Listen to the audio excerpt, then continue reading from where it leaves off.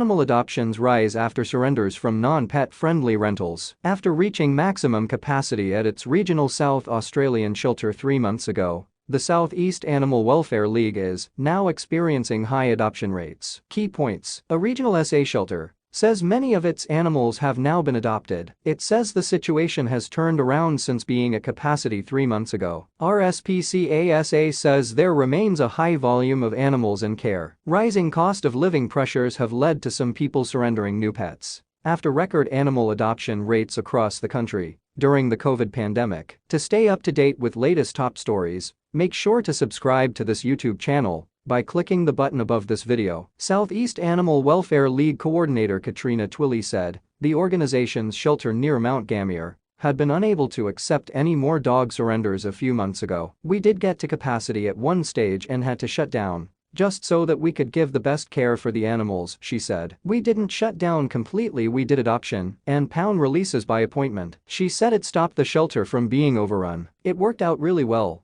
because those adoptions went through quickly over a couple of months, which got our numbers down," she said. Ms. Twilley said the shelter now only had a handful of cats and just one dog available for adoption. She said it was difficult to know exactly what caused the change. "It could be multiple factors, but all I can say is, I was glad for whatever it was," she said. Volunteer effort: the organization has rehomed 76 dogs and 122 cats since the start of the year. Ms. Twilley said operating at capacity was very straining. "We work on a volunteer basis, so you don't really want to put too much strain on your volunteers," she said. "I'm very grateful that we're not at capacity all the time like some of the other shelters." Considerable increase in surrenders. RSPCA South Australia spokesperson Carolyn Jones said while adoption numbers were improving each year, there was still a high volume of animals in care. "That's simply because of the large numbers of animals that are coming in every day," she said. Ms. Jones said there had been a considerable increase in the surrender rates over the past 2 years. "We've had a 9% increase in the number of cats surrendered and a 35% increase in the number of dogs surrendered," she said. "We've had a 90% increase in the other animals surrendered, and this is animals like rabbits, guinea pigs, even mice." Ms. Jones said one of the common reasons for surrenders